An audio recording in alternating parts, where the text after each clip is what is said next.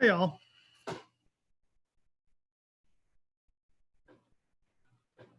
Hey, David.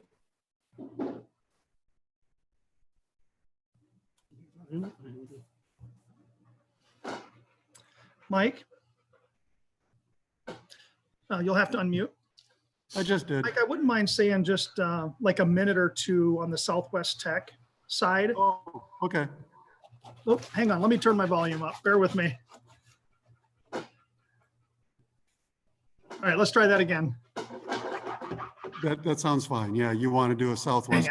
Hang on. Shoot. Is this one public though? Lisa's here if you need some tech support. By golly, I got it.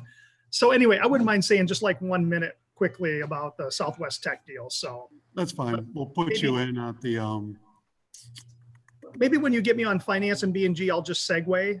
sure, sounds fine. Okay, sounds good. Thanks, Mike. Yep.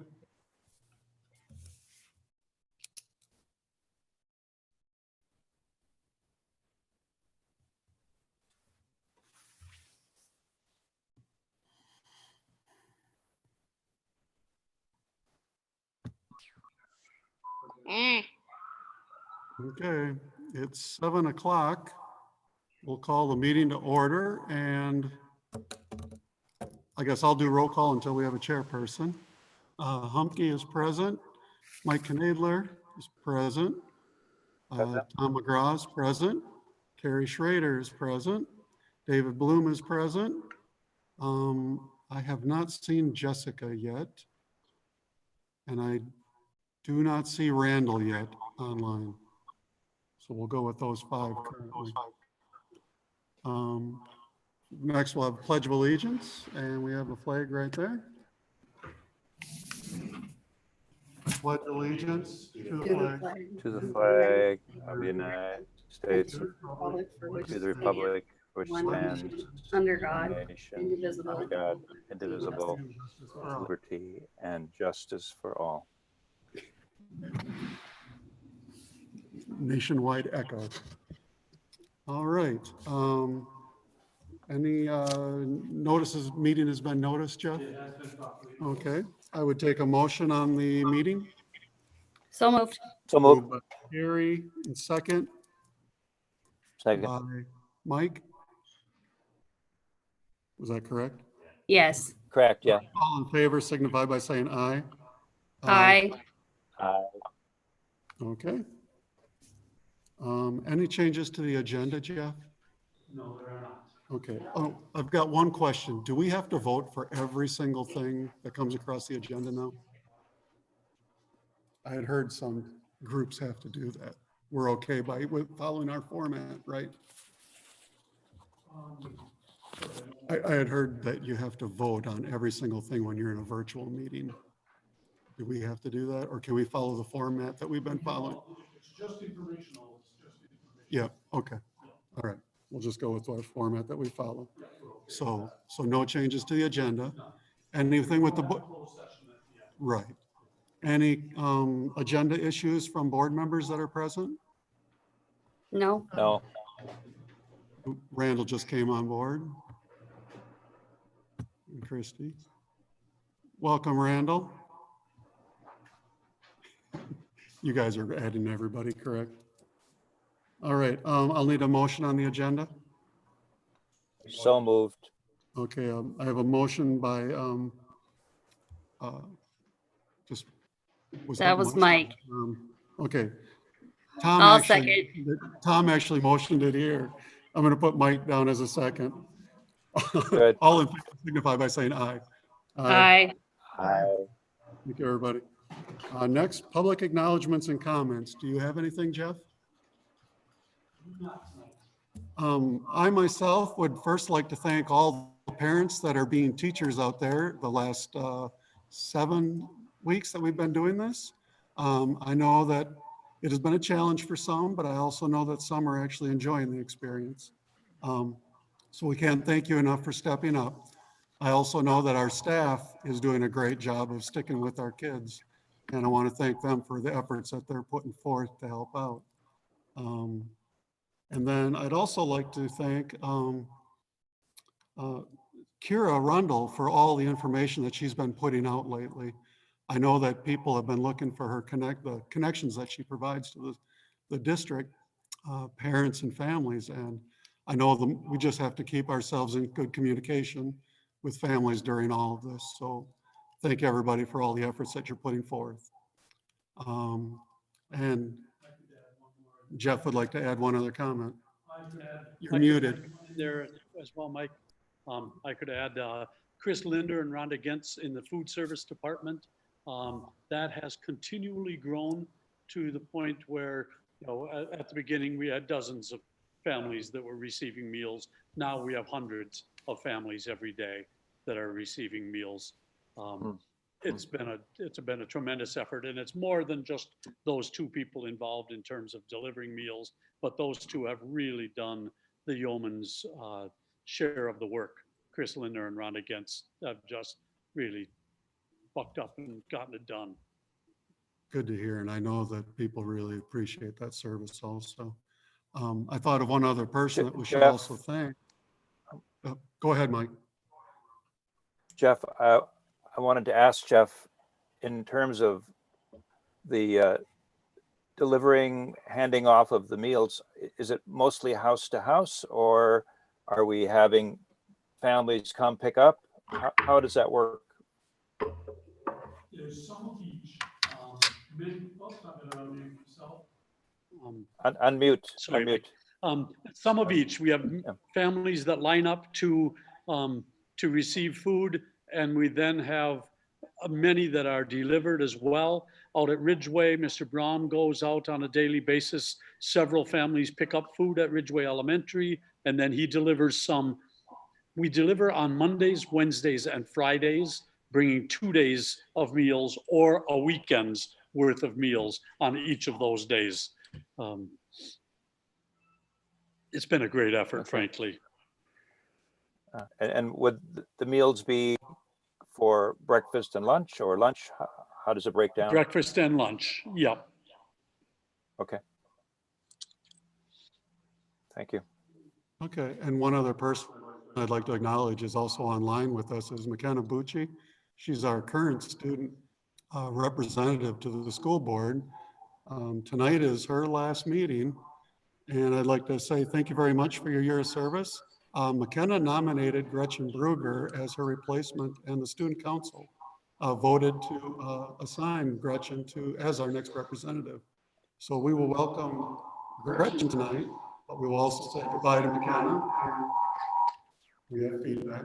We have a little certificate here for McKenna, and we're getting feedback. So anyway, thank you, McKenna, for your service. Okay, thank you very much for your service.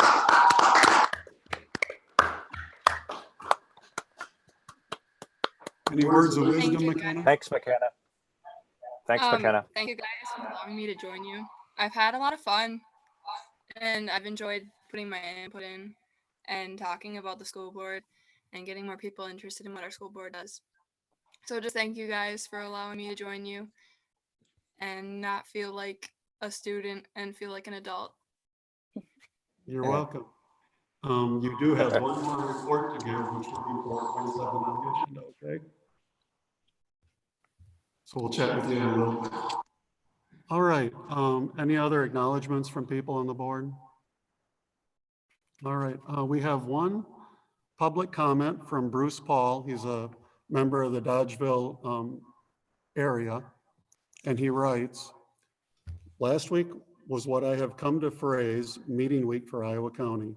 I am on the Iowa County Board and get to hear a lot of information. I also take a big interest in the Mental Health Substance Misuse Coalition. From the meetings last week, it can be summarized as an unknown future. Mental health is the main topic of discussion. I have talked with 2 different high school educators from 2 different school districts. They both said that only 25% show up to a class to learn, 10% more show up. The rest are lost.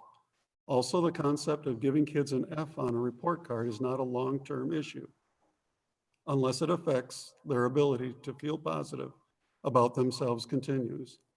Parents of elementary age children have stated frustration with depression of trying to get it done in a 24-hour time frame. It is impossible in some cases. I know that it has been discussed about what social distancing in schools would look like, such as walking the halls, bathroom, and actual classes.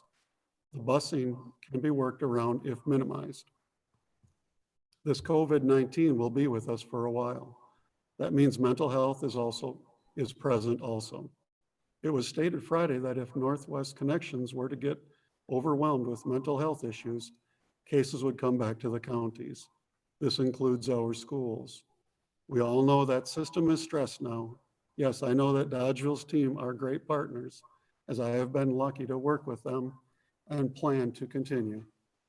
Strategies must change every day, we were told today.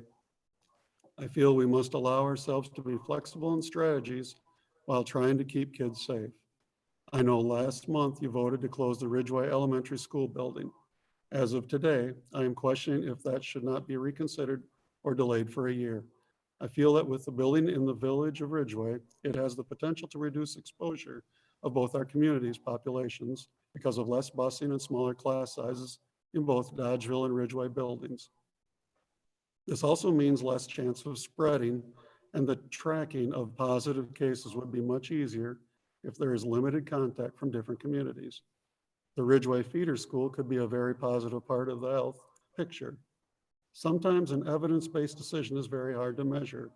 I have been told many times that if only one child is kept clean, it is worth it. Rehabilitation at any time is expensive. I wish that I didn't have to start in the justice system like it does many times now. I wish that it didn't have to start. Emergency detention of our youth is a huge problem for everyone. I do understand the expense of operating an old building. This comes from working with Bloomfield and the jail. Both are necessary, so Iowa County has a plan for replacement strategy, not closing. Thank you for your time. I do appreciate it. Bruce Ball, resident of the Dodgeville School District. Was there anything else, Jeff, that you saw come through? I didn't see anything else as of 6 o'clock. Okay. All right. Thank you for your comments, Bruce. Next on our agendas is information and study. And first is the athletic department update. And do we have Joey online? Yeah, he is. He's right there. Yes, I'm here. All right, Joey, all on you. Hey, I just wanted to update everybody. I didn't get a chance to do the athletic director report for the winter sports, so if I could quickly go through, I put together on the board docs, those that can see those. Highlighted the rest of the team this year. Started out really well. We beat Darlington Blackhawk for the first time in a long time. We had 4 kids that received all conference. We had 1 sectional qualifier, was Jack Doherty. We had some injuries that took place this year, which slowed our team down. We weren't able to fill full teams at times, which set us back. Moving to girls basketball, the season went really, really well. We finished 14-9. We were able to have 3 girls on all conference. We also had a 1,000-point scorer in Olivia Argyle this year. Also, Coach Bush received his 200th win over Christmas break. So they finished 14-9. Boys basketball finished, put my page here,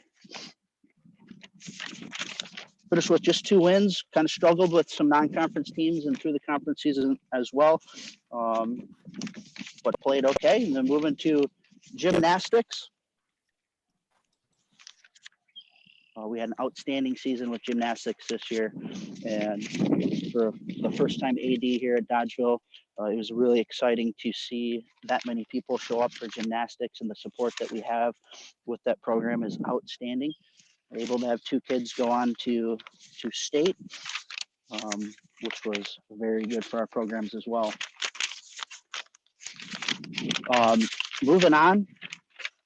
My last page here, the COVID crisis hit us at a pretty bad time. We had a lot of good things going for our athletic department and our school, and it kind of stopped the really good things that we had going. But we're going to keep pushing. We got some spring sport senior banners that we started up. You'll see the softball banners on Main Street. We're doing a lot of stuff on social media as we can. Sneak some things in there with other important communications. And we're also pushing some stuff through the Chronicle as well. Our coaches are working extremely hard, staying in contact with our student athletes, creating workouts virtually for them to do, and doing their best to stay connected with our kids as well. I sent out a survey to all spring sports seniors looking for some feedback on the potential 30 days of contact that the WIA might allow us to do. I got some good feedback from some kids that were really excited to maybe have an opportunity to close off their seasons this summer, and also some kids that were like, no, I'm good with it being done, and don't want to try to put the time into it. So it was exciting to see those responses from that survey. Moving on to winter athletics moving forward, we're looking at some new and exciting things that we're going to do with our athletic department, and those include adjusting and updating schedules so that we can play a little bit more competitive balance through those schedules. Also some visuals throughout the new facilities. We're kind of at a standstill with some of those plans with COVID, but we're looking forward to what we can make our new facilities look like. That includes new banners, trophy cases, and other displays that we can really promote athletics and really show the really good things that our kids have done in the history of Dodgeville athletics and are currently doing as well. We're also looking, I skipped one here, going back up to number 2, we're looking into an all-school huddle package. And what that means is every program will have access to breaking down film from Scout, breaking down our home games, and also potentially could stream our events from the gym live on YouTube, on our school YouTube channel. Looking at other promotions, just really trying to find some ways that we can really display the good things that our kids are doing throughout our community. And also professional development. Right now is a unique time where we have some time to really push through professional development because we have some time. So we have 7 coaching courses that I pushed out to all of our coaches to try to complete. And we actually just had our 10th coach complete all 7 of them, which is pushing close to 100 hours of professional development for coaching, which is a pretty neat stat. Hopefully we can continue to push that. Lastly, we're looking at some new strength and conditioning options, which will be talked about hopefully in this meeting a little bit further, and looking at new plans that we can get everybody on the same page in our amazing fitness center as we move forward. I can go on and on about so much of this stuff, and it's so hard to do on Zoom without having people in front of us. So I apologize for stumbling through some of this, but again, I could go on and on about all the awesome positive things that our kids are doing. And I appreciate the time you guys give me tonight. So thank you. I'll take any questions if anybody has any. Joey, if the season continued and you talked about the 30-day no contact, does that mean they play games without an audience? That's a good question. Right now, it's all up in the air. So what we've decided as conference ADs is we're kind of putting the brakes on everything. We have to see what the WIA pushes out when we get closer to June. So I'll be able to answer that question a lot better at the next board meeting in June. Right now, it's in anticipation that the safer at home is lifted and we can have crowds and everything's back to quote normal, end quote, whatever that looks like. So it's tough to answer that question until we get a little closer. Okay.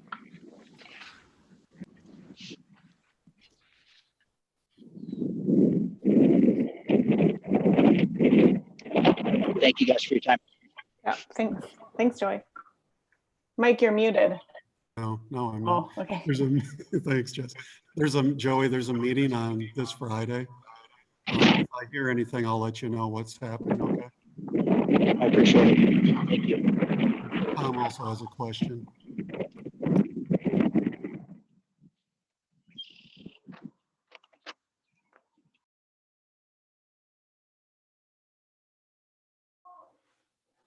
Joey, can you hear me? Yes, go ahead. Okay, I have a question on the our code of conduct. We overhauled that a year and a half ago. It was just outdated, and we had trouble with implementation. But so we had a committee of parents and coaches and administration went through it. It was quite a process, but it was much better. What's your thoughts on the district's code of conduct? Yeah, great question. I was able to work pretty closely with the code this year. Fortunately, we did not have a ton of code violations, which was great. But I know we've come up with a couple of hiccups throughout the process this year. A couple, areas that we want to make some changes. I know we wrote them down on a hard copy in the office that Mr. Bonzak and I were going to go through this summer with the committee. Looking at doing an annual review of the language for the code.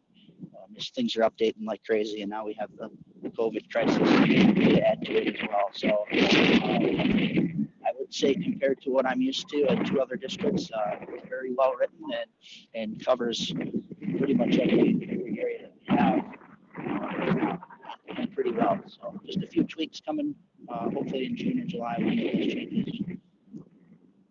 I'm glad to see that, checked it out again and stuff, because we had talked about every year looking at it, which time goes by fast, but I'm glad we're looking at it and keeping on top of it. Thanks. You bet. Thank you.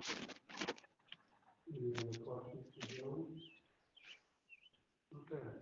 We'll move on and we'll go backwards to 3.1 in our routine action item. First is approval of voucher and payroll. Mike is muted. How about that? Everyone trying to unmute you? There. Everybody in the library is trying to unmute me at the same time. We have to go back to our routine action items. I will need a motion and a second to approve voucher checks 24,205 through 24,413 in the amount of $2,505,621.14 and payroll checks 907,042 and deposit advices 49,163 to 49,521 in the amount of $489,913.01 for a grand total of $2,995,534.15. Motion? Motion to approve. Motion by Tom, second by Carrie, and a roll call. You want to do? Go ahead. I can do the roll call for you tonight, Mike. Humke, Yes. Bloom, Yes. McGraw, Yes. Knadler, Yes. Schrader, Yes. Yes. Wichorick, and Thompson. You're muted, Jessica, but I could read your lips. And we'll need approval of minutes of the regular school board meeting, April 13th, 2020. We need a motion and a second. So moved. Moved by Mike. Second Second. by Carrie. Roll call.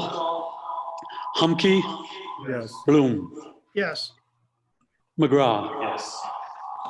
Knadler, Yes. Schrader, Yes. Wichorick, Yes. and let's see, that would have been, or Thompson, I guess. Yeah. I think your feedback is when you have more than one mic on in the library, guys. Mine's going off. Sounds much better now. Okay. Next is back to information and study, and we're doing committee reports. First is curricular, co-curricular, Mike. Okay. Am I able to be heard first? Yes. Okay. Much as the report was from Joey about the uncertainty of what's going to happen with athletics, that filled the discussion quite a bit with the curricular, co-curricular committee meeting as well. There were maybe 5 board people present, and we had a number of other guests. And so for any of those people who were in attendance, building principals, other board people, feel free to chime in with what you heard and remembered that I may not have written down and have remembered. But we had an extensive group of items to talk about. So let me start. The first item was related to the exchange visits that the high school has done over the years, visiting families and schools in England. And Brian Kolczynski presented that and basically was not asking for permission to go in the spring or summer of 2021, but basically to let us know that it's on the landscape, and obviously no school board can be approving travel at this point in time, but just to let us know that they would like to do it. And it's just a matter of if they can do it and if they can get students to do that. You know, it's impossible to even think about it, but other than he just put it back on the radar that it is something in the plan still. All right, then the next item was the Jackie's monthly curriculum director report, and a whole bunch of items there. But beginning with the status of what's going on with learning, and the fact that some students are getting online virtual learning, some do not have that technological capability, and so they are getting packets to do paper work. Some students drop in regularly with their teachers, some not as regularly. It's, you know, it's a very complex thing of having students on their own, no matter how aggressive teachers might be in terms of reaching out to them. And so everybody's learning at the same time. It was just dropped on us without any preparation. And so students are learning how to do this. Teachers are learning how to do this. Some teachers are more skilled with virtual learning strategies. Others are in the training process. And so it's a real learning experience. And every family is different. Some, as Mike indicated earlier, are enjoying the experience with their children. Others feel in over their heads with it. Some students are in over their heads. Some are adapting very well. And so it's a very complicated equation. It's something we've never had to deal with before on this level. And so it's a learning experience, and we have a few more weeks to go with it. And then there'll be a summer of evaluation and preparation, because in the fall it's uncertain what will be the status of schools, if we will be in a continuation of the virtual learning, if it'll be some hybrid, some virtual, some on-site. So it's a complicated equation, but the admin team and the teachers will be in frequent discussion over the summer about how to deliver education in the best way we can for the fall.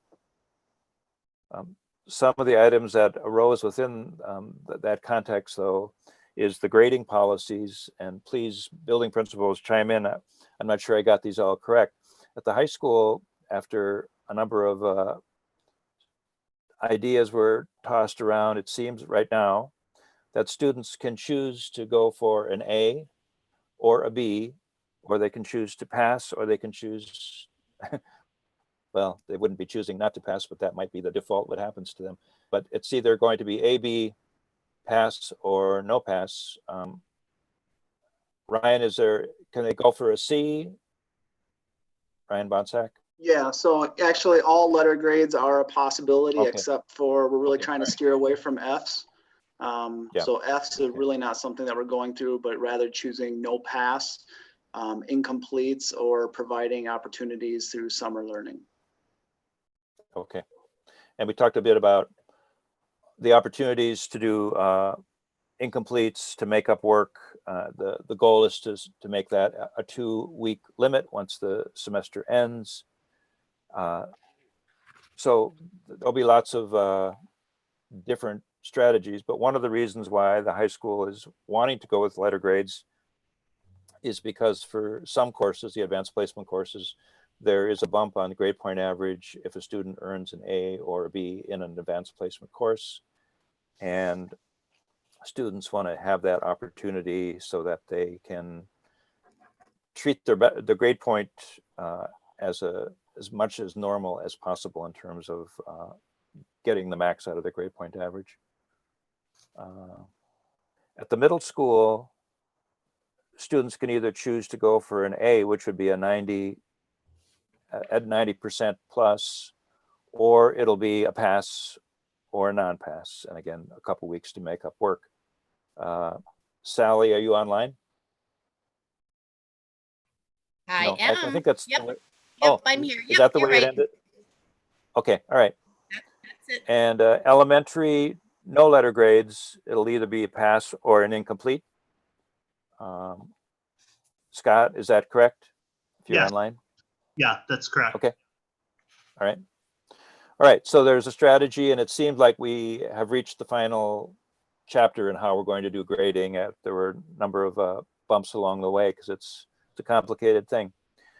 All right. So, and the anticipation is that no matter what happens in Q1 of next school year, there's going to be a lot of review going on because there's going to be some assumption that there's just been some missed work, some,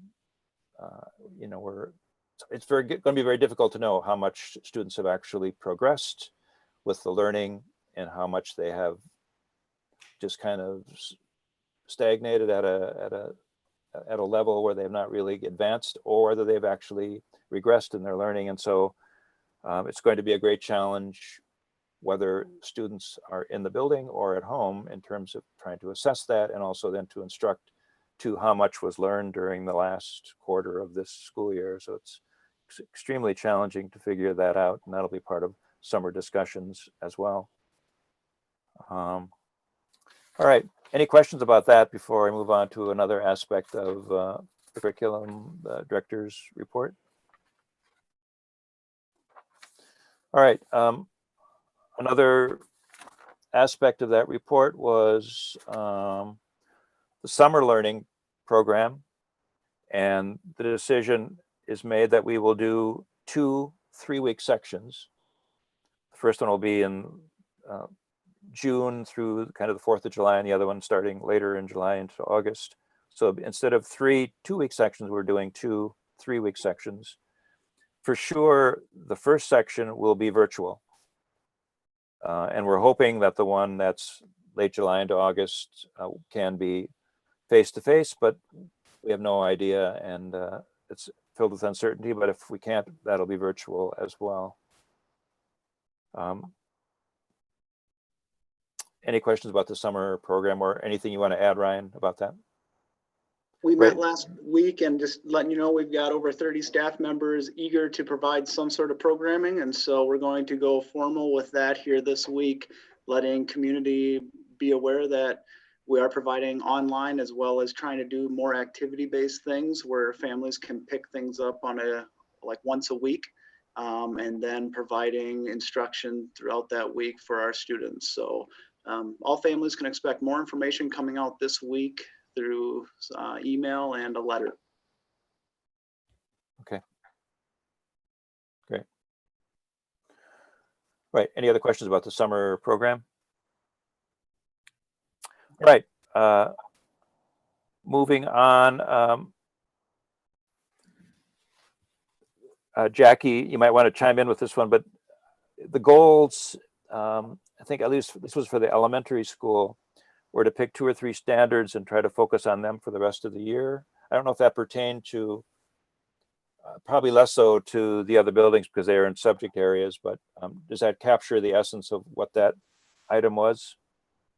It does, and Scott can maybe talk about this a little bit more. He had a number of team meetings after we talked about this initially with teachers, but it Okay. became it's just very important to focus on very specific things as a goal, getting kids ready for next year. And we're heading into the end of the school year, so getting a handle on what are the most important things that you could present to kids and have them work on, getting them ready for the summer, and then starting that new school year in the fall. It just came, it's just important to have a target. And that was the probably the best way for us to tackle the next 4 weeks or so of school. Scott, do you have anything to add to that? I think you pretty much summed it up. It was just the focus that I wanted to make sure teachers had was knowing that this quarter was going to be a little hit or miss potentially, just for them to take a look at reading, choose 1 or 2 standards, math 1 or 2 standards, whatever they felt was going to be crucially important for their students to know as beginning whatever next grade level is they are next year. For second going into third graders, what are the 2 most important standards you think they should know?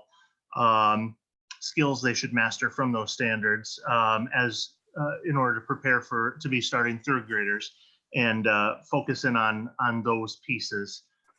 Trying not to rehash. I mean, if they had already demonstrated, proficiency or mastery in skills in certain standards already this year, try not to go back and necessarily rehash those. But at the same time, trying to strike a balance between, really getting at content that they were already kind of starting to work on that's important, while not necessarily introducing brand new content, because you had that equity of access piece that we were delicately trying to navigate through, trying to get more technology and get that out to students to try to get past the equity of access piece. So. Okay. Any other questions about that, how to kind of set a direction for the remainder of the school year in terms of the instruction? There are some other aspects of what's to happen during the spring that we'll get to in a bit. Okay. The signups for early learning program are at about 30, or they were a week ago, which is about half of what we're hoping will be the signups by the time September would roll around. And there's lots of discussion in admin circles about all the logistical issues that will have to be thought about in preparation for next school year. And it's difficult to do that when we really don't have firm guidance. We didn't talk about this, Jeff, but I'll pose the question to you. Is it to be assumed that it'll be a state decision as to what type of schooling we will be able to do, as opposed to district by district decision? Oh, you can, assuming anything is dangerous at this point in the game, I would say. Lately, the state has been deferring to county health departments on many of their guidelines and recommendations to schools. So whether that decision comes from the state health department, the governor, the county health departments, or local boards, I'd say right now, your guess is as good as mine.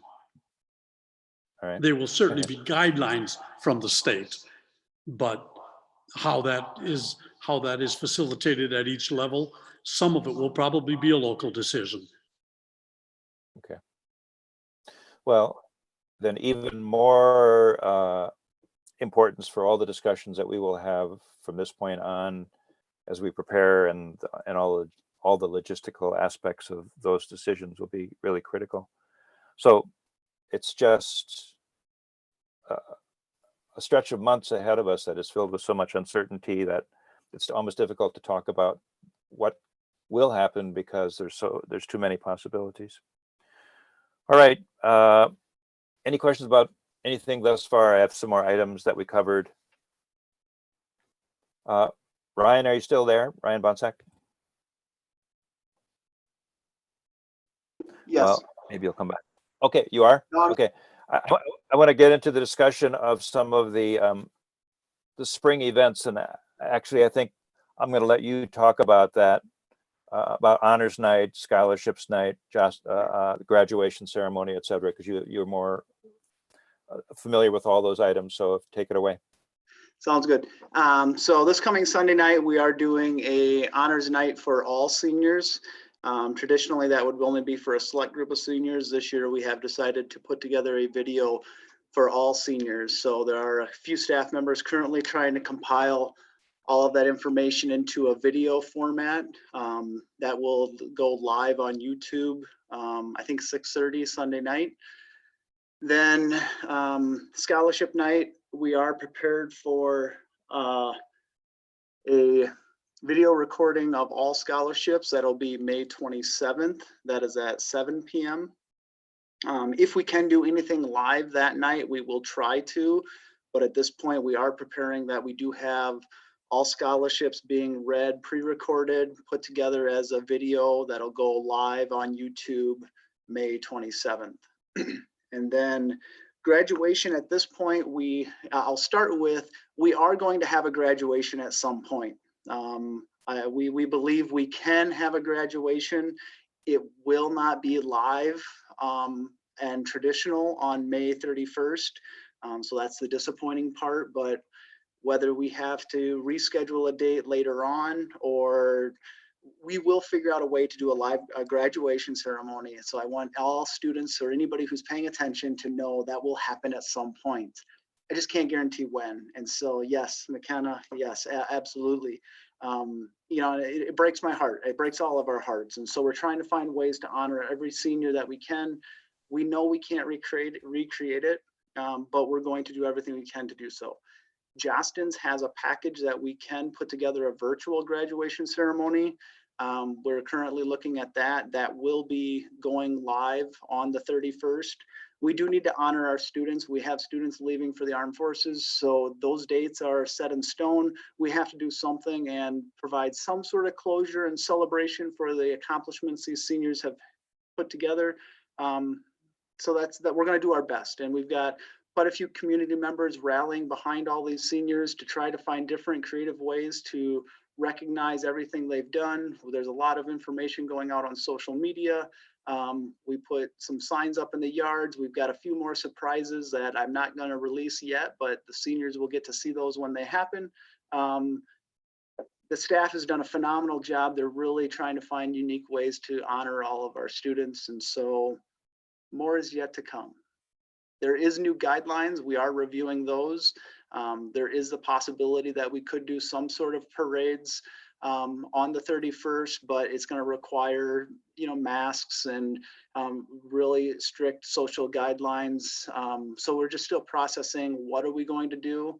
I'm going to give us more time. I'm not going to go formal with anything yet. I really want to just kind of see what the next week plays out. It kind of seems like every couple of days the guidelines change, but there will be a graduation ceremony. I don't know when for sure the real live one is going to be, but we are going to put something together on the 31st for our students and our community.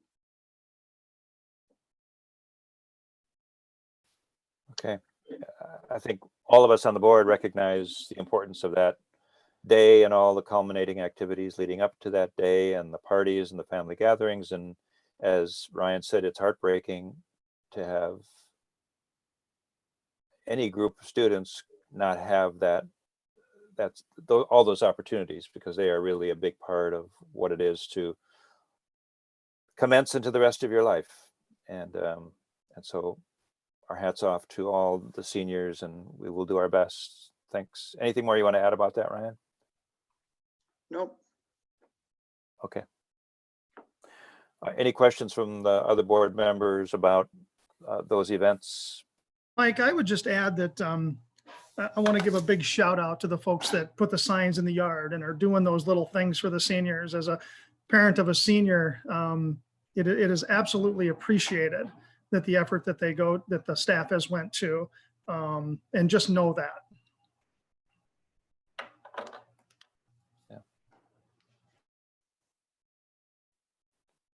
Okay, yeah, I mean, we all take for granted these rites of passage until they're no longer possible to do in the forms that we are used to. So we're doing our best. Okay, thanks, Ryan. A couple other items on the curriculum agenda. One was the two teachers from the high school social studies department, Brian Klosinski and Ben Dorscheid, presented. They want some textbooks to be purchased for AP US history course. The current books are 10 or more years older, and that the course recommends books that are more current. And then another discussion that involved some high school teachers was the concept of having a zero period, meaning before the school day would start.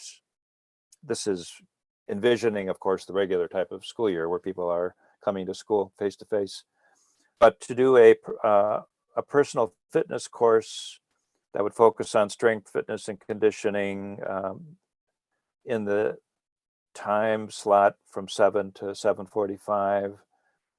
And Joey kind of referenced that earlier, that was something that might have a good corresponding effect with students who are participating in on athletic teams, that they can work on some of those strength and conditioning issues that are good for those sports that they might be in. Might allow for some smaller class sizes, and would be able to use the facility. And we had some discussion, should that happen, would that conflict with the goal of allowing the public to come in and using the walking track, running track, and also the fitness facility in the high school. And so we want to make sure that the public will feel invited, at the same time open up opportunities for the high school to expand their master schedule. And finally, there was some discussion of, and this falls into the category of, again, planning for September. And one of the goals is for all teachers in the district to master the Google suite of software possibles so that they can do the very best they can in terms of delivering education come next fall. Now as well, but certainly by fall, we don't want to be caught by surprise. If we continue with virtual schooling in the fall, we want to be able to say we are ready for it, much more ready than we were when this thing started, and we can do a much better job, even though everybody's trying their hardest right now. All right, unless someone else who attended that meeting would like to chime in with some more items, that was a resume of the very full curriculum meeting that we had. I just have one question, and maybe Jeff, you could answer this about the Chromebooks all the students have right now. Is the plan for them to keep them over the summer, or to turn them in at the end of the school year, or some other version? We're going to try to facilitate the exchange if students are not going to be participating in summer learning. We talked to Lisa Spady, and I know Scott's on too, so he might remember some more specifics. But we talked about really having a mass return at this point is really not a safe thing to do. It might be better off just to allow them to have them over the summer. That way we can still connect them with reading and math activities when we can. But we really talked about safety issues, about a mass drop off at this point. What we typically do at the end of the school year is have the Chromebooks returned, and then they get cleaned up, and they're checked for cracks and other issues by the tech team. We don't know that that's really necessary for us to do over the summer.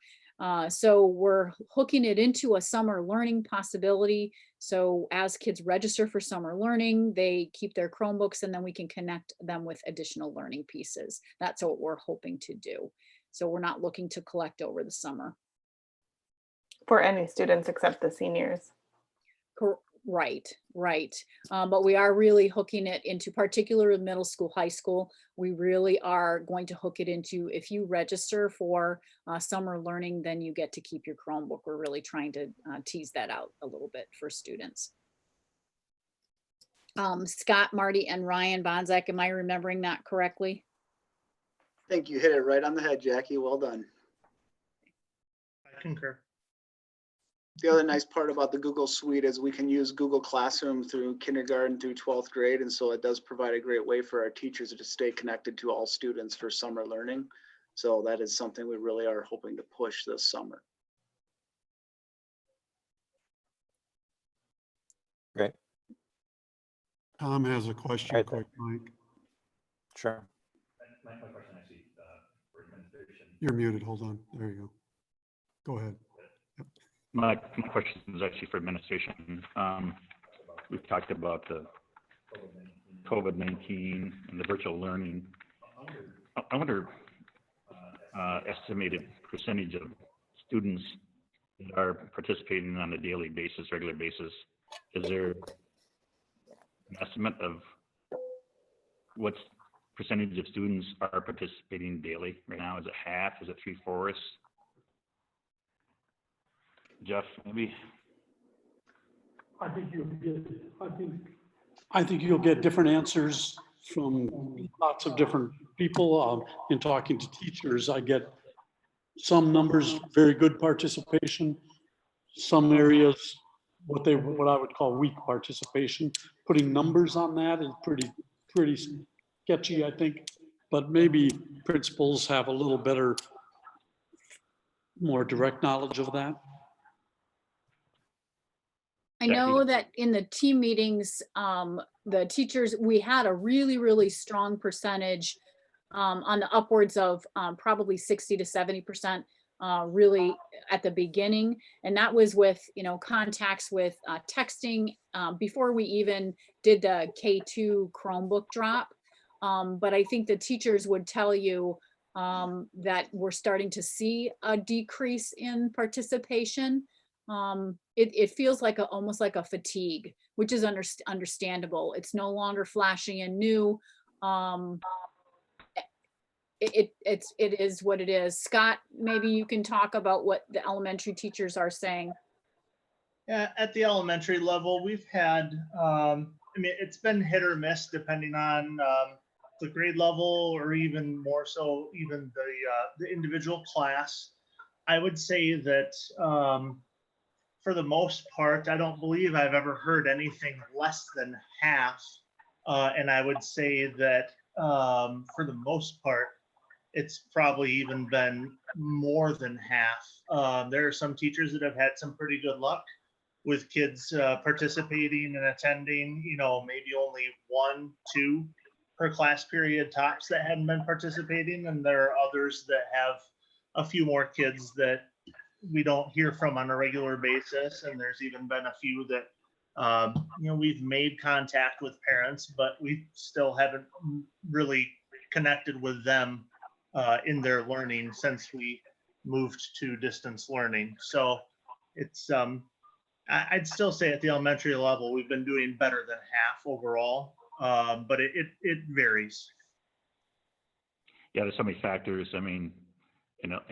Dynamics, it's a whole new era. I was just curious to see how it's going overall. Thanks. Yep. Do you have anything else, Mike? That's it for that committee. Thank you. Thanks, Mike. Jessica, are you going to cover policy? Yes. Okay. It was a short meeting. We had 2 items on our agenda. The first was a final review of the building use policy, which included the fee schedule for the use of the auditorium. So this is the 3rd reading, and there have been no changes. That was attached to the board doc. So hopefully everybody got a chance to review that one last time. And that will be an action item later on in the meeting. Any questions about the building use? The second item was brought to us by Jeff, and it will be also an action item later in the agenda. And it was basically the recommendation from DPI for districts to pass waivers based on the pandemic that's affecting schools. One would be the hours of instruction waiver, and the second would be an educator effectiveness evaluation waiver. So I'll let Jeff talk a little bit more about that.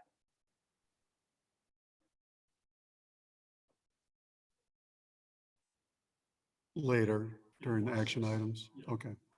Okay, so that was, yep, and that's it. Okay, thanks, Jess. Next, we have finance. David, are you going to cover that? Sure, thank you. Okay, so we had Lois present the bills to the committee.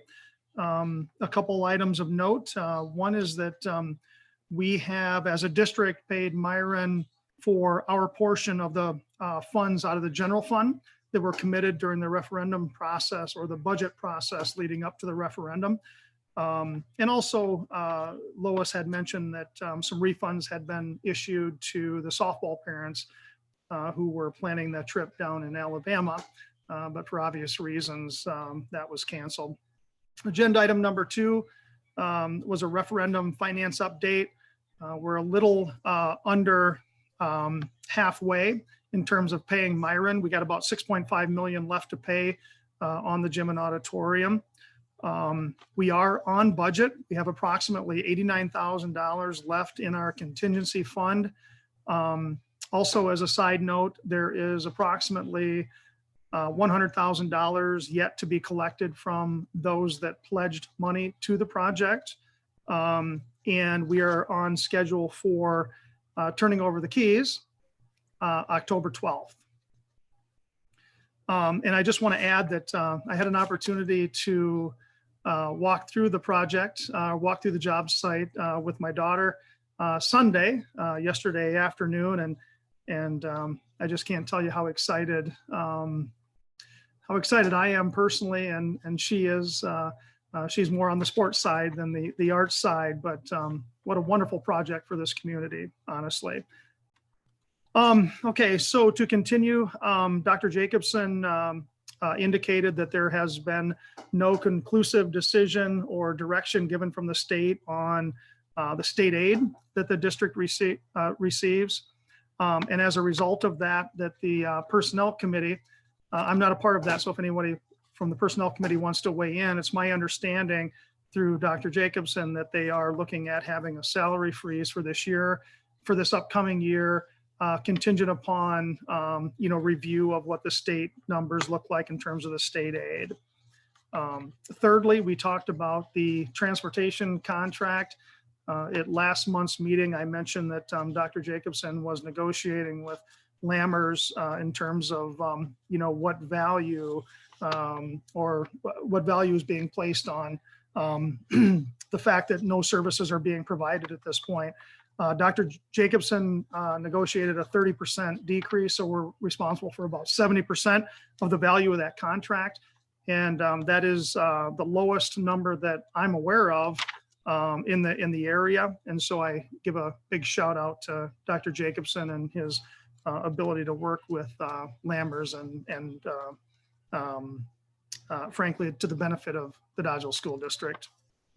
We also touched on just really quickly on the open enrollment. As you all know, we lost about a net of 89 this current year. The deadline has been extended, as I understand it, to the end of May. So we were looking at that, and how that impacts the upcoming budget. That's what I had on finance, Mr. Chairman. All right, thank you, Dave. And you're going to also cover building and grounds? I am. Yep, I'll transition right into that. Hold on, Tom has a question for you. Thank you. Can you hear me? Yeah. Talking about the open enrollment, with those in Ridgeway, Barnold, they had their meeting last month or a couple of weeks ago, and they talked about the Ridgeway population and trying to entice them to come over there. And they've been very assertive with their open enrollment program, but they also even talked about their administrator trying to talk some of them into actually moving there, a younger population, new elementary school. So I think that we should reach out to all of ours and try to retain, because Barnabald's definitely going after some of our students. So it's right here in this article.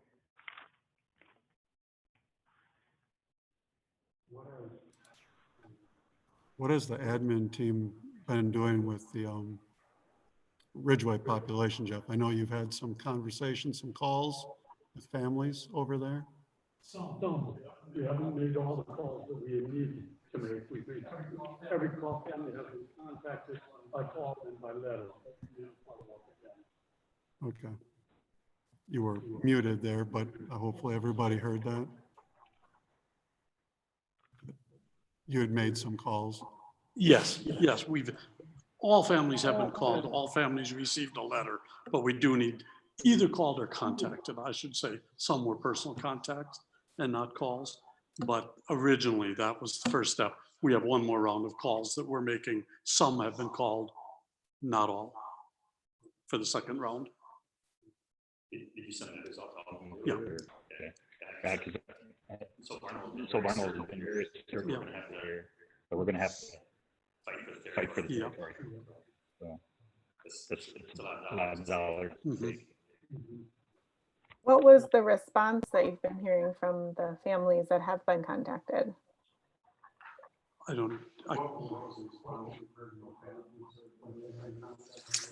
It's varied. Certainly some of the families have, or at least are saying that they will be open enrolling and leaving the district. Our estimation would be between 10 and 15 students at this point. Out of 45 or 40? Yeah. 40? Cool. Yeah. But I think there are many that it's important for us to call and let them know what the situation is from our standpoint, what programs are in place for them, what services we do provide for them. I think also it's important to talk about our middle school programs and the high school program. Yes. Courses. I'm not a course. I think we're gonna have to really. To me, it's a cell of the district, not one elementary school or another. It's the cell of the district. Yeah. We got to believe we have a lot to offer. Because we do. Correct. So David, you have building and grounds to report? I do. Yep. Thank you, Mr. Chairman. So we basically, it was a conversation with our maintenance director, Donald Riddell, and some of the items that he's working on, and was looking at informing us about and asking for direction. And so the first item is Dave Rule and the sanitary line. We've talked about this several times, that sanitary line is getting replaced from the new addition, the gym and auditorium, down to the street where it terminates. Dave is looking to have that done by June 1st. Secondly, Dr. Jacobson is working on recognition at the baseball field that was completed last year. He's putting the final touches on some recognition plaques and et cetera for that. Donald Riddell also talked about the Ridgeway portables and that we are ready to move forward with removing them. And so basically our attitude and his attitude is that removal ASAP based on the schedule of the contractor. Dr. Jacobson mentioned that he has received no official response yet from the Village of Ridgeway in terms of the offer of the Ridgeway School to the village. And so hopefully that'll be forthcoming, or at least some opinions from them or thoughts from them in terms of them taking ownership of that facility. Donald Riddell mentioned that he has some lights on order, some LED lights. We've talked in committee, and I've also reported in previous months about doing some conversions, some conversion from standard fluorescent lights to LED lights at the elementary school. And so he has a sample of a kind of what we would call a combined fixture, a single fixture, as opposed to just replacing the individual bulbs. And so he's got some bulbs on order, and then we're going to kind of make an evaluation on the color of the light and, all those things that are important from there. So stay tuned for that conversation. It's far from over. Donald also mentioned that he is on the last bathrooms at the elementary school in terms of the remodel down there. He mentioned that the high school gym floor is doing a little heaving in some spots, which is a significant concern for me, honestly. So he's working with a contractor to put some relief joints, if you will, in the floor.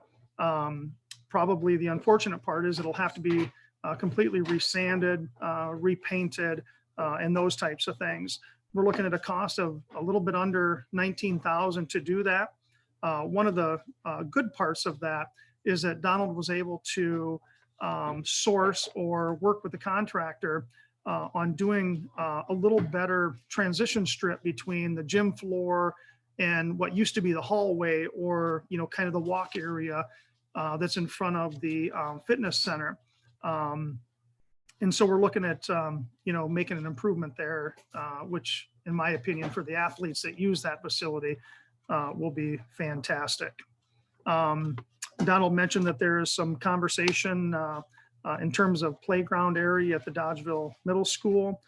He mentioned that mowing, it appears that we will ask Brian Bradley again to provide some mowing talent again this summer. And then lastly, that Donald reported that at the middle school, there's some air conditioner issues. That is going to be, that work is going to be completed in June at a cost of approximately $7,000. That was Buildings and Grounds, Mr. Chairman. Thank you, David. Anybody on the board have any questions? Hold on, Tom, let me unmute you. There you go. That transition strip, we had troubles from day one. Myron's here. We spent a lot of money with them. I think they should take care of that for us. One of their subcontractors, because that's been an issue from day one. I apologize. I didn't catch that, Tom. So that transition. Dr. Jacobson, did you catch that? Yes, yeah. Yeah, I did. The transition strip, basically Myron, as this is the second iteration of an attempt to make that work and to fit that. To me, that's a pretty small piece of the project in the flooring. Frankly, we were surprised at how little that was, but I want to go to Basement. They know how to do gym floors. They're a different contractor than Myron. They're not a Myron subcontractor, but I'd rather go to them and get the darn thing right this time. They seem to feel like they know exactly what to do to make that thing work. Right, and I guess I would chime in as well, again, as, as a parent that enjoys watching their kiddos participate in sports. I've watched a couple athletes, kind of roll their ankles, thankfully lightly, though I'm sure they wouldn't feel that way on that transition strip. And I guess if it costs us a few extra dollars to do it and have it right, I can't be in more support. I'm in agreement with that. I think we need to do it right. And if Basement's going to be there doing some work for us in that area anyway, it just makes sense. Okay. If there's no other questions or comments on B and G, Mr. Chairman, if you would humor me, as you mentioned last month, I was appointed to or elected to the Southwest Tech board. And we had our first meeting this past month. And honestly, I was a kind of a birdie or a fly on the wall, maybe is a better way to say it. So just a couple real quick takeaways from that. Enrollment, the full-time equivalent enrollment at Southwest Tech is slightly down. I wasn't able to capture the exact percentage, but it was at a level that is well within the tolerance of the school. So there was very little concern that it was a systemic issue or a problem, if you will. So the enrollment is just slightly down. They are working towards a virtual graduation. They are not going to hold in-person graduation. And then probably the crux of the conversation, and probably the most important part of the conversation, came from President Wood and Caleb White. It was a preliminary budget proposal to the board. They're a little over 700,000 over budget, at least based on the budget requests, without kind of vetting, what those increases would be. And my takeaway, well, let me add, maybe before I offer my comment, that they have a very healthy fund balance. They're at almost twice what their fund balance policy requires, and so they have a very healthy fund balance. But the consensus of the board and the position of President Wood and Caleb White is that they wanted to resist, as far as they could, not taking money out of the fund balance or the general fund to balance the budget this year because it impacts going forward.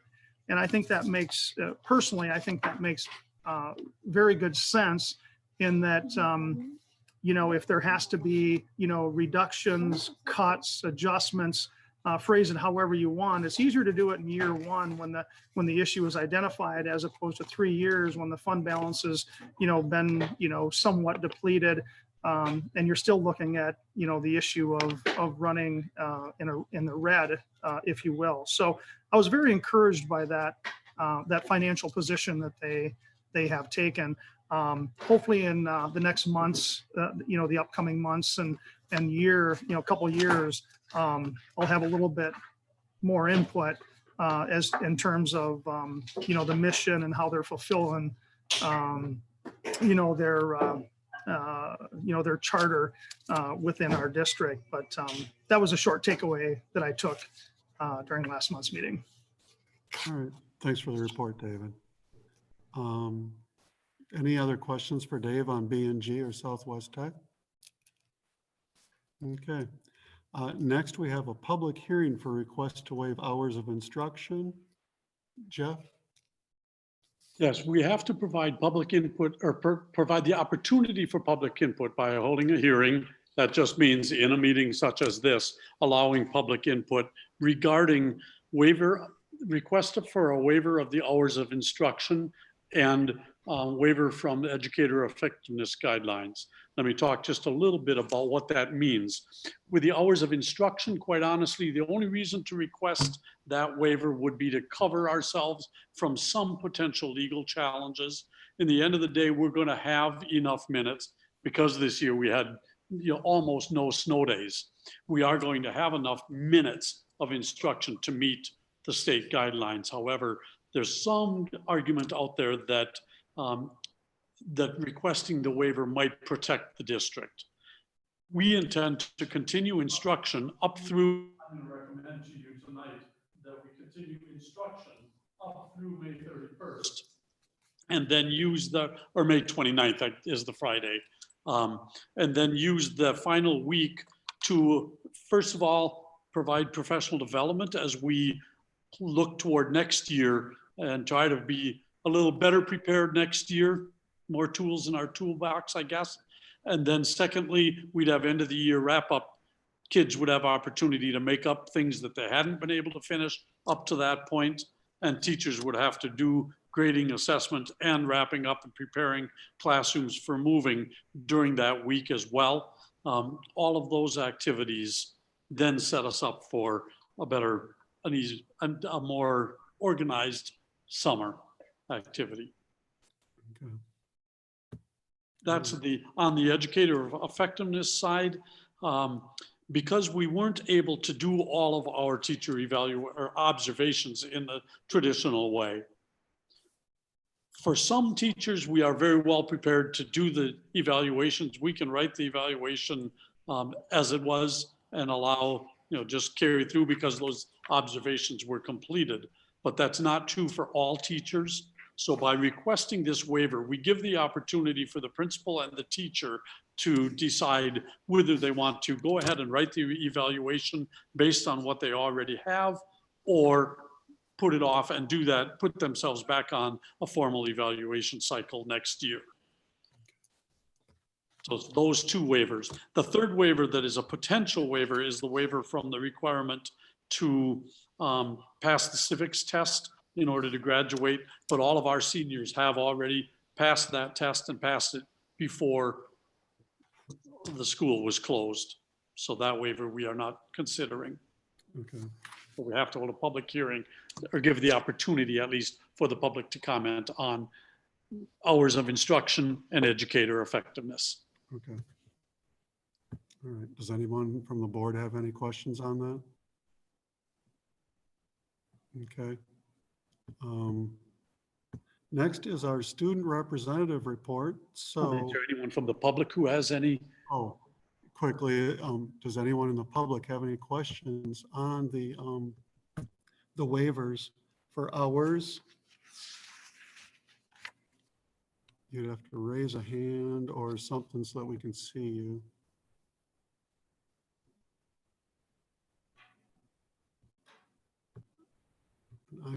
I don't see anything coming up. Okay. All right. Next is our student representative report. That will be McKenna's last time for doing that. And then McKenna, if you can also introduce Gretchen to us, that would be fantastic. Is she still there? There she is. First of all, I would like to thank you guys for welcoming me on the board this year. And I would like to welcome Gretchen. For my student representative report, first, we're just finishing up the year, holding in there. In my classes, I've seen a lot of success with participation. So for the senioritis kicking in full force, I've still seen a lot of participation. So that's really good. And then I would also like to introduce Gretchen. And Gretchen, I know you're on board tonight. Would you like to say a few words before your first meeting next month? Sure. I just want to say thank you for giving me this opportunity.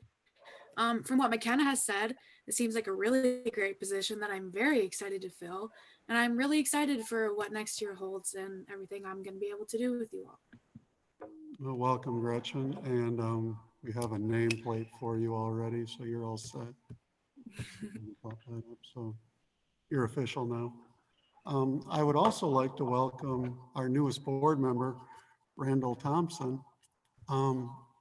He's been listening to our meetings for probably 3 months, and tonight is his official first evening. So thank you for your service, Randall, and welcome aboard the school board. Before we go into action, thanks for having me. Yeah, could you introduce yourself a little bit, Randall? I'm going to move into a different part of the room so we get rid of some of this echo. Okay, yeah, sure. I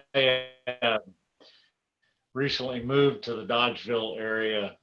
I retired from the Boeing company after 35 years from St. Louis, and so recently moved last summer, actually moved back up here to Wisconsin. My wife's originally from Wisconsin, and so she was looking to get closer to home, and so we moved back up here, and I saw there was an opening, and I thought it'd be a good opportunity to get involved with the community and with schools.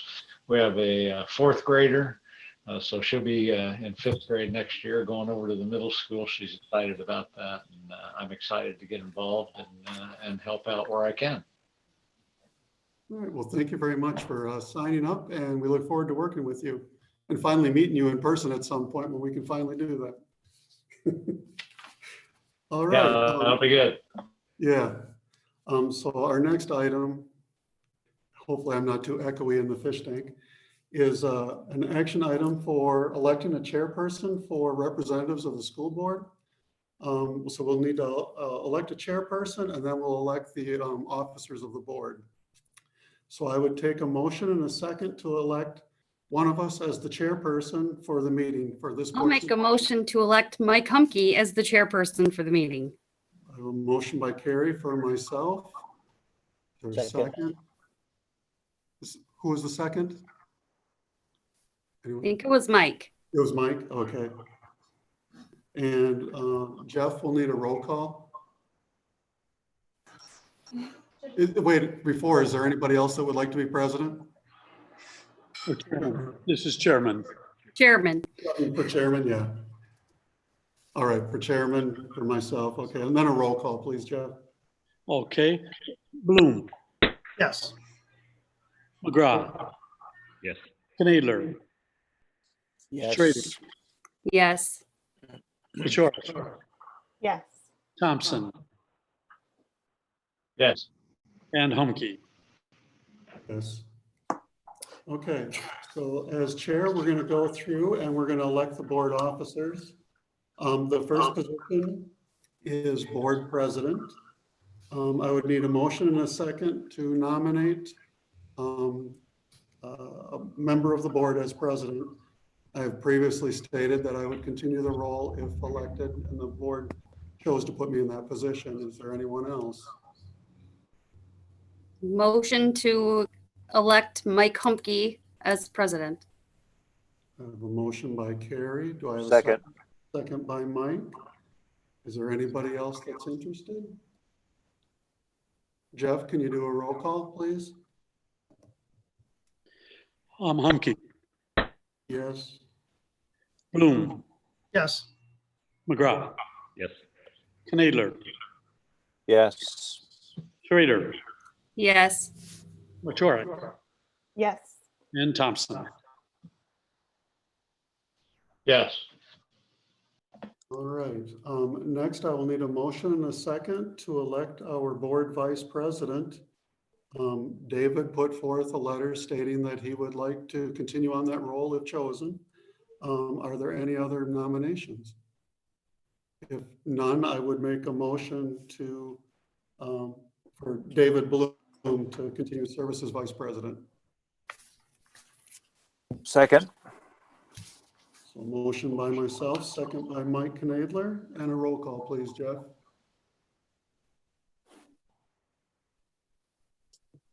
Humke, Yes. Bloom, Abstain. McGraw, Yes. Knadler, Yes.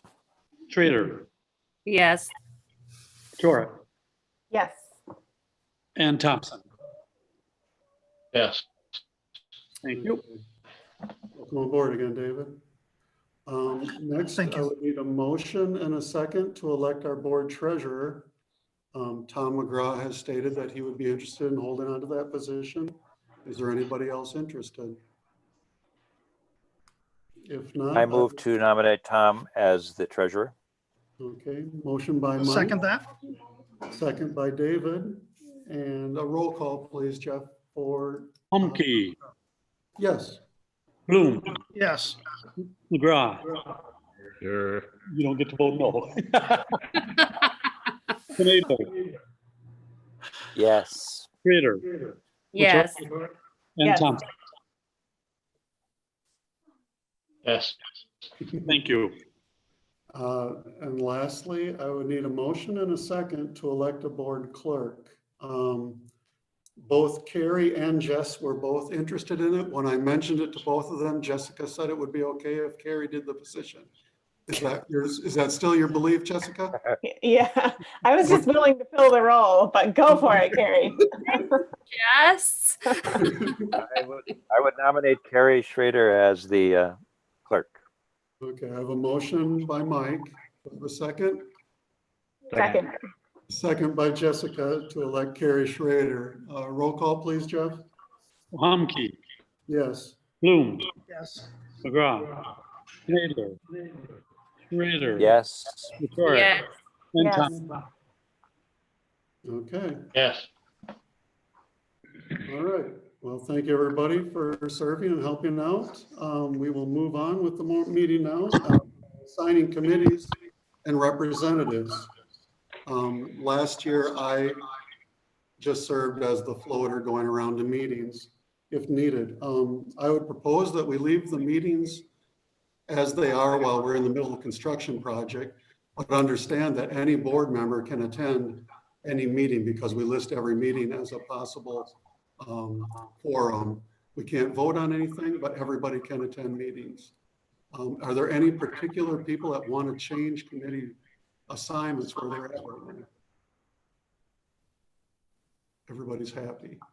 Do you have any suggestions, Jeff? We'll have to replace Paul Glaze. Right, on policy and on curriculum. And Jessica, are you interested in being the chairman of the policy committee? Sure, I can do that. Okay.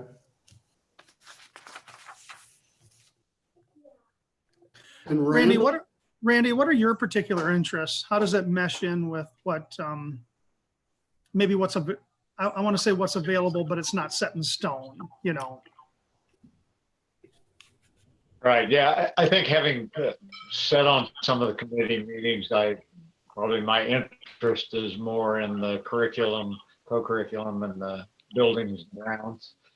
But I am willing to sit on whatever committee, will help out. If you want me to just take Dennis's spot in the committees, I'm more than willing to do. I can get involved with the other committees anyway. That's the one way that we operate pretty well is everybody can show up at any committee meeting and take part in the discussion. We don't leave it to just the 3 people that sit on the committee. So I think we've had that work out pretty well over this past probably 4 or 5 years we've done that. So if that works for you, if you're willing to take those seats that Denny had, that would be fantastic. With that, which 2 committees was he on? He is on the policy and curriculum, and those are on Monday nights. And I would just offer as a member of the B&G committee that we would love you to attend. If you have a particular interest in B&G, we would absolutely love you there. Okay. I would further add that not to overly praise the curriculum committee because we just do the work that's presented to us just as every other committee, but it's really going to be where a lot of things are going on over the summer and into the fall, deciding how to run our school system instruction wise. And so I would welcome all the people who want to attend to show up for those meetings because they are going to be really important.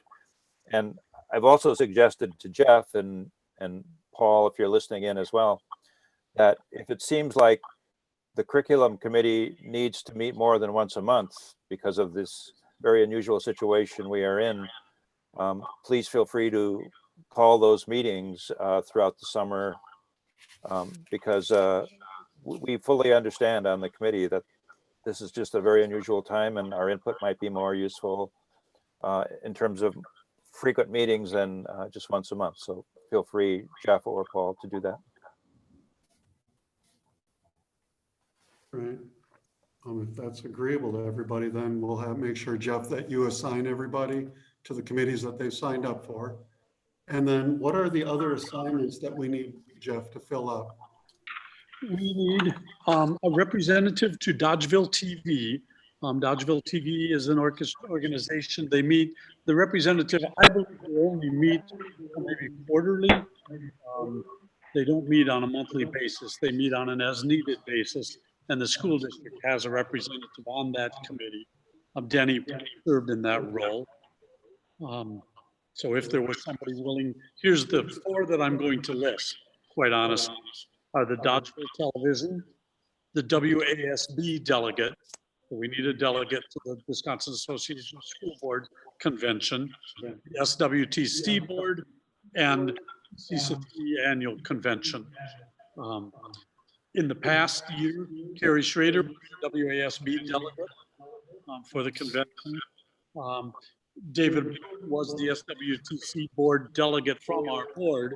It led to him being on their board, frankly, and maybe it's appropriate that he could serve both at the same time. It seems that would be getting reports like tonight is pretty appropriate.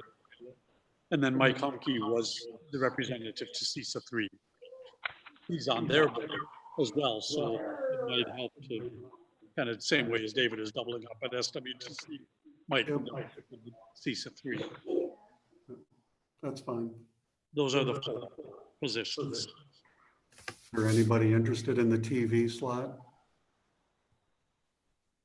What does that entail? They have meetings very occasionally, right, Jeff? Yeah, once a quarter, and they really talk just about the city gets dollars from cable television and now satellite television providers and that whole network that they can spend on Dodgeville TV. So it kind of guides that whole cable process for the Dodgeville TV channel, the community organization can access. It governs their policies and the practices of DTV. I've never seen it. You don't live in the city. I'm not sure I would be a good representative because I don't know. I've never seen it. It's interesting because it has to change in the coming years because I don't know cable myself. I hate to say it. I don't do cable television, but I gotta believe fewer and fewer people are using cable television. So what do they do for the school? Are they showing our board meetings on there or? Yes, board meetings are aired. When you sit here, back when we had regular board meetings where we actually able to talk to each other, you'd see a camera here, and that camera was filming for DTV. They film other things for DTV as well, and then show them on the channel. Would you be willing to take that, Jess? Sure. Okay. Thank you. And are there any other committee assignments, Jeff, or is that good? That is good if the rest of you stay the same. Okay. All right. Oh, Mike, our personnel committee, the three members of the personnel committee in the past are still on the board. Okay. It feels from a superintendent's perspective like that conversation functions reasonably well. But right now it's Terry Schrader, Mike Knadler, Jessica Wichorek with Tom McGraw as an alternate.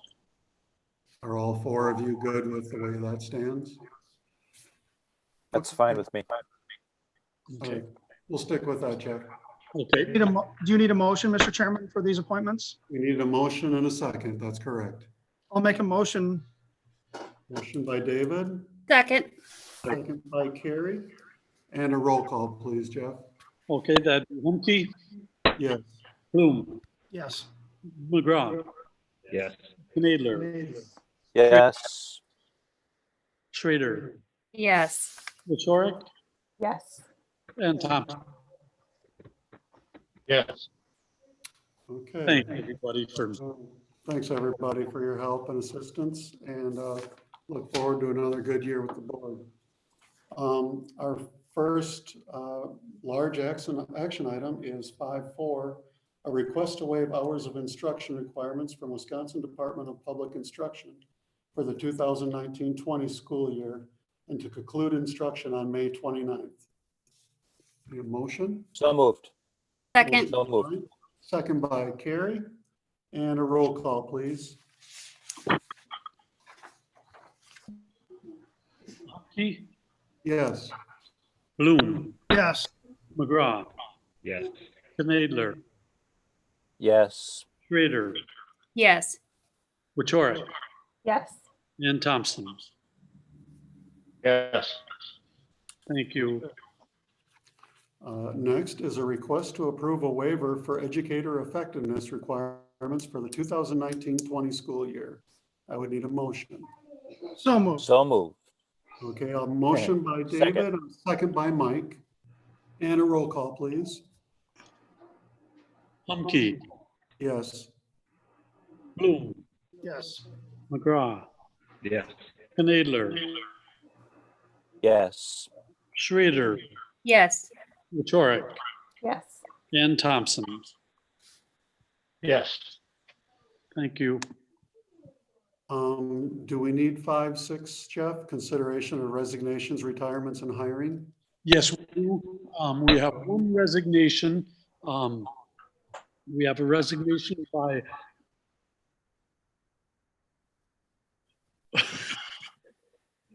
James Dower, I'm sorry. 8th grade social studies teacher. James has been here for 5 years and will be changing careers. Okay. So I would entertain a motion to accept his resignation. Motion? Make a motion? Motion by Tom, Second. second by Jessica. And a roll call, please, Jeff. Humke, Yes. Bloom, Yes. McGraw, Yes. Nadler, Yes. Schrader, Yes. Wachorek, Yes. Thompson. Yes. Please be sure to thank him. I know he spent a lot of time in the fitness center helping kids out almost every morning. I think they really appreciate that. He was a good member of our district. No doubt about it. Next is approval of the 2020-2021 staff contracts. Do you have anything to say on that, Jeff? Only that by state law, teacher contracts must be approved at this point in time so that they are issued contracts. All contracts are going to be issued with the phrase in terms of salary of not less than their current salary, but not increasing salaries at this point. I think there may come a time in the fall where consideration could be made for that, but it isn't now. There's too much uncertainty, and we have to go with salaries that are frozen at the current level. Okay. I need a motion. Yes. Oh, So moved. motion by Carrie. Second. Second. Jessica. And a roll call, please. Mahonky, Abstain. Bloom, Yes. McGraw, Yes. Knadler, Yes. Schrader, Yes. Wachorek, Yes. and Thompson. Yes. All right. Next is approval I should of inform you the. that support staff members do not get contracts, but they do get letters of intent to hire, and they will be receiving letters of intent to hire instead of Okay. contracts. Uh, Frankly, it helps us avoid paying unemployment mhm. over the summer. Okay, next is approval of the CISA 3 contract for the 2020-2021 school year. How much is that contract, Jeff? Grab it here.